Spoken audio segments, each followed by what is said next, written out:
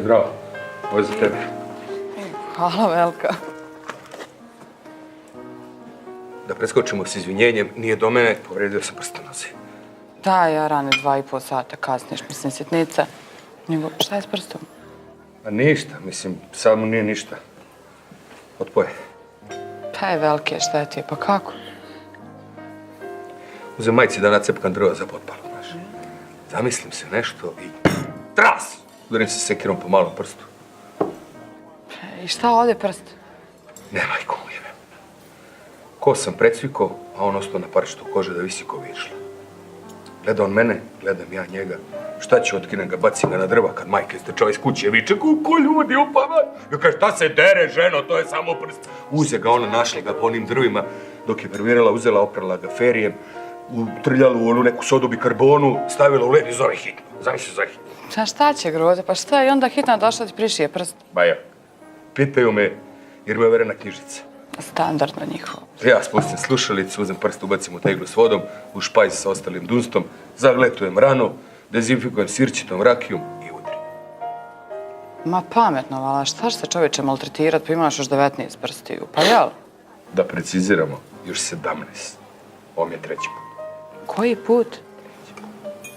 O, mašala, pa mogu ti reći, volim uporne momke.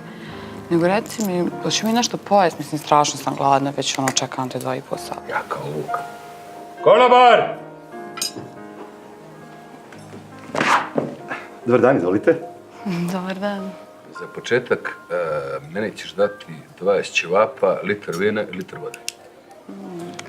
Ništa, meni daj 3 desetice i staj feferona. Meni je 40 komada surne brzo.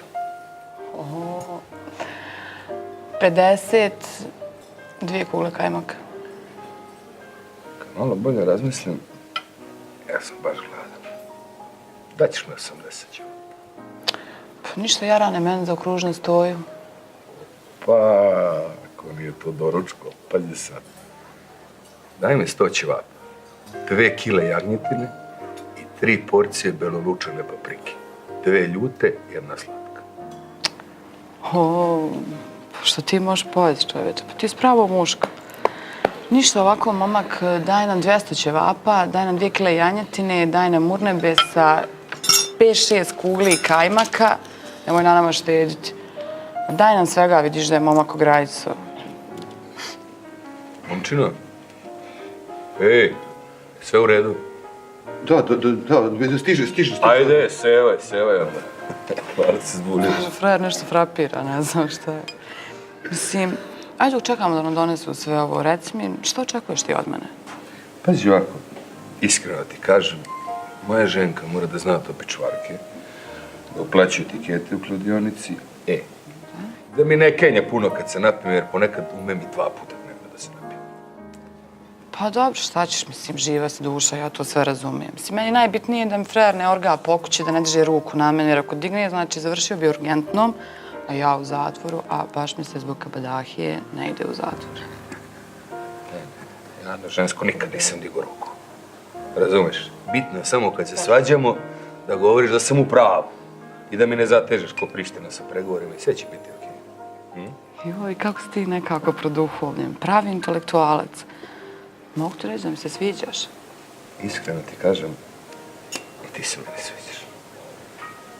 Kad sam došao i kad sam video da mi ne kenja što sam zakasnio, znao sam da si ona prava. Pa kako ćemo, šta ćemo? Lako ćemo. Ali! Ja se izvinjam, nije još gotovo, znate, stvarno je velika količina mesa, mora kolega da ode do klanice. Slušaj, super što je on otišao do klanice, nazvaćeš ga i reći ćeš mu da potera jedno jagnje, jedno prase i jedno tele i sve to u komadu da pošalje na ovu adresu. A to ćemo ja i moja mala da sredimo sve sami u ovoj noći bez sna. Opušteno. Ajde. Rekao ti je, dečko. Nego, čovječe, malo mi da platimo ovo. Naravno da nema. Či džada, jel? Ajde, Mrtko.